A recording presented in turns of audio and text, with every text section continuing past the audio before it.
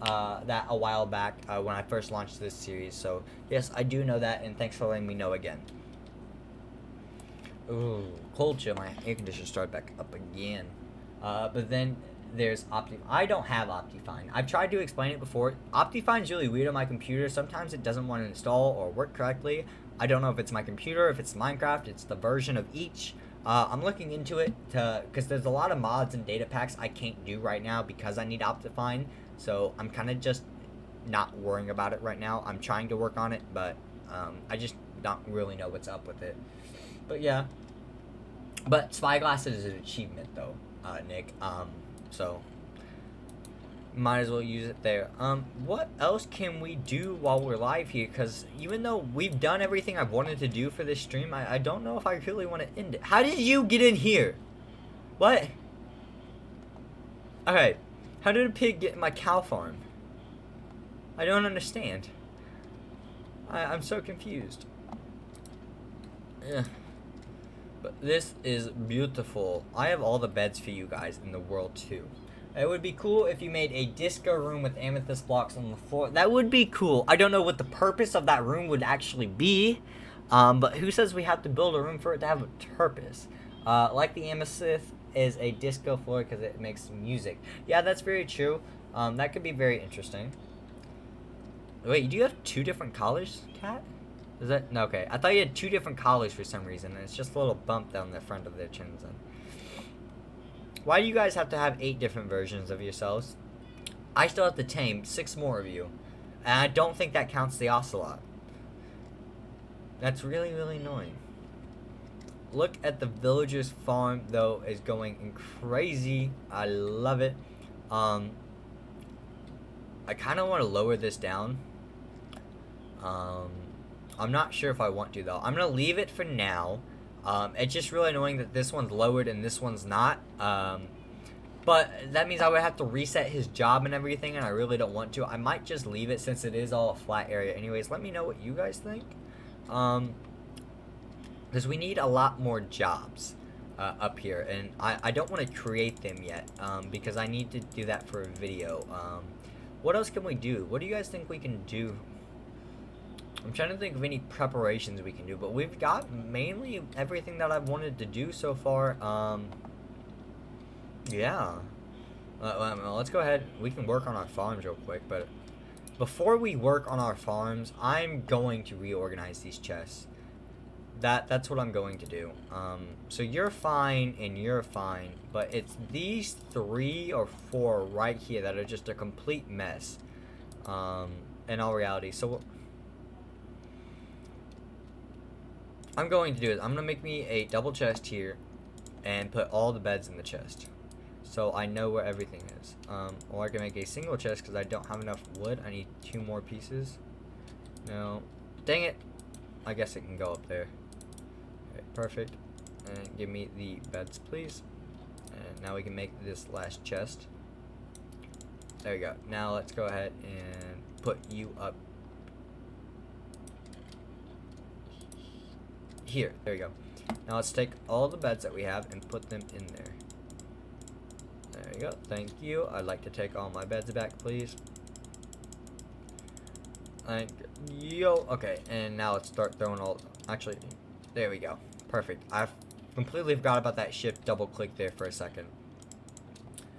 Oh, by the way, for the purification quest, the Shadow Houndoom is level 50 straight off the bat. Oh, that's nice. Okay, so I don't have to worry about leveling him too much. That's always going to be really, really nice. Okay, so that's a good tip to know. Thanks for letting me know that. But it's 19 in every IV. Well, it might be different for you, but that's what mine. I would assume it's different. I would completely assume it's different. I would assume it's completely random, Nick. That's what I would assume. So I'm going to take all wood items and put them in a different chest. So give me every type A wood-isk item that we have. Doors, stripped oaks. Is that everything? Nope. These. Okay, now that's everything. Now,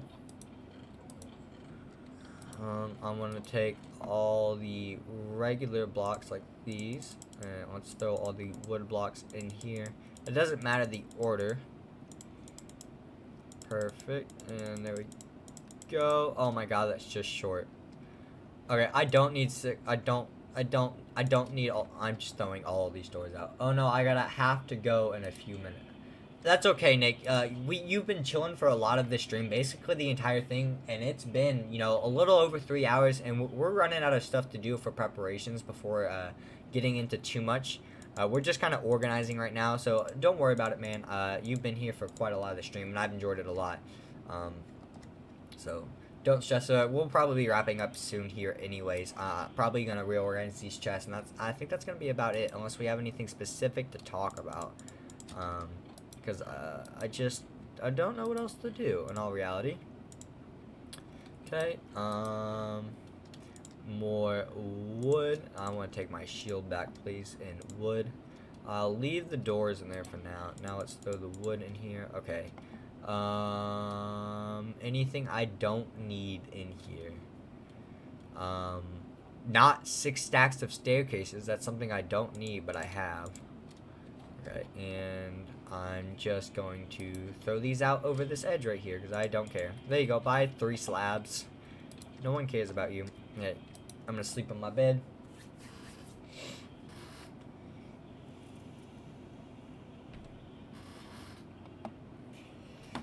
Nick, by the way, I'm really glad you enjoyed my 15 minute to catch Pokemon on Pixelmon.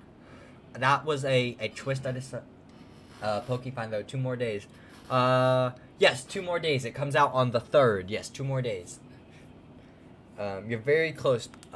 But yeah, I'm really glad you enjoyed that video, Nick. I wanted to take the 15 minutes that other people were doing, because I had done it originally in a randomized ROM, but I also wanted to do it differently, so I could assign to my Minecraft side of my channel as well as my Pokemon side of the channel. So I thought 15 minutes in Pixelmon was the perfect solution for that. I was thinking it would be at least a month, but nope, it's very soon. So the original plan was to take 2 weeks off basically from Pokefine. And those 2 weeks, that was the plan, and it was gonna go longer if we had a longer Pokemon Fire Res Nuzlocke series. But because of our second time failing, us being halfway through the game, and us having another series to start, I decided to go ahead, and since we died, not to restart that Nuzlocke series and send out Pokefine Season 2, since I was ready for it, because I already had my 2 to 3 weeks break from it, because everything was pre-recorded. I just needed a break from the series. So it worked out actually pretty well, so I didn't have to wait for you guys for too long, and it was really easy for the fact that you guys were able to keep the content, and I got my break from it. You can go fishing for mending.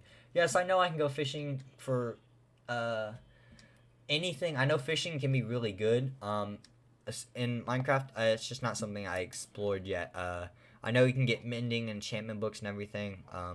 So yeah, that's definitely something I have to look into. But it's not something I'm really messing with right now. Right, I'm just gonna leave those stays in here. I think that's the best organization we're really gonna get. Nothing too fancy. I just kind of cleaned everything up that we already had a little bit more. Oh my god, guys. We're 3 hours, 15 minutes in. Well, technically 17 minutes. Well, technically 16 and a half, but I can say technically all I want, and it's gonna go up a second every second. And I can keep saying technically, but it's not worth it. I'm trying to think of what else we can do, but I think that we've gotten everything we need done for today. Oh my god, all the sheep already have their wool back. This is insane. I'm going to make such a big villager farm up there. It's going to go massively crazy. I do need more iron. My iron helmet is about to give out. That's usually where I get all the damage from, is my head. So if this was RLC Craft, I'd be dead 10 times over more than I already am in this series. Guys, I want to keep going, but I know some of you are leaving, and I don't think I have much else to do in preparations for the series. I don't want to do too much, and at the same time, I don't want to do anything that actually takes away from the series. A lot of the building, because I said I was going to keep a lot of the building on the show, on the series itself, which is what I'm going to do. But it's the fact that it was just a lot of mining dirt and leveling land. I didn't want to put that into a speed up or anything. I didn't think it was worth it. Because I made a speed up of the wall. You guys will see that in a couple episodes for the Minecraft achievement hunt. What I mean for that. But I didn't want to do that for that. It seemed a lot pointless. I thought the stream was a lot better idea, and it seems you guys enjoyed it a lot more too. And you can use it for announcements and posting of YouTube videos when they come out. What?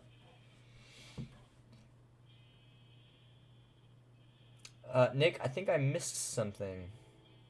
Because we would say, hoping it would be at least a month, but nope, for Pokefine Season 2. And then you said, and you can use it for announcements and posting of videos when they come out. Are you talking about Discord, man, again? Because I talked about Discord and Pokefine Podcast this week, so make sure you check that out. I have a little bit of an explanation in there, but I'll provide one right here before we end off today's stream, because we are basically at the end of it, and we have been going for around 3.5 hours.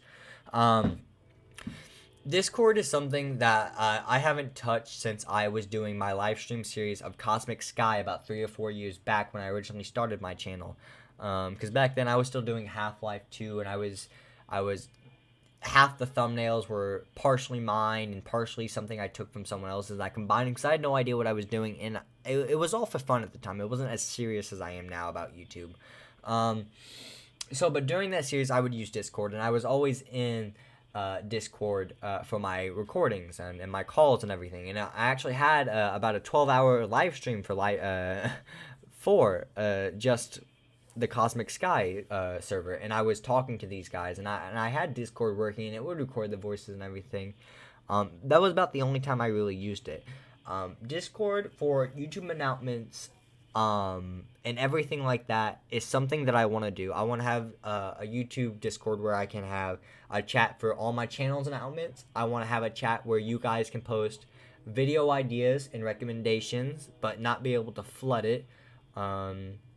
I want to have just a regular chat section when you guys can talk to each other. I want to have an update section for any technical issues or live stream issues or anything going on with that.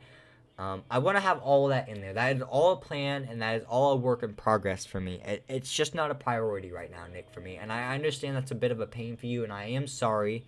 I wish I could get that out sooner, but I'm a bit more focused on improving the current content that I have. I'm sorry, Nick, that you have to go. I hope you caught my Discord explanation.